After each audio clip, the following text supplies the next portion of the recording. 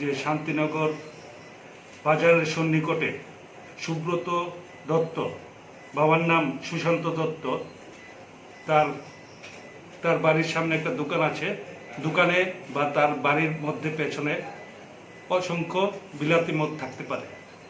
এই খবরের ভিত্তিতে আমাদের কল্যাণপুর থানার সাব ইন্সপেক্টর জয়ন্ত দেবনাথ সঙ্গে সাব ইন্সপেক্টর বিশ্বজিৎ চৌধুরী এবং স্টাফ নিয়ে সেখানে গিয়ে তল্লাশি চালিয়ে সুব্রত দত্তর দোকানের পেছনে একটা ঘর আছে, এই ঘরের থেকে অসংখ্য বিলাতি মদ সিজ করে।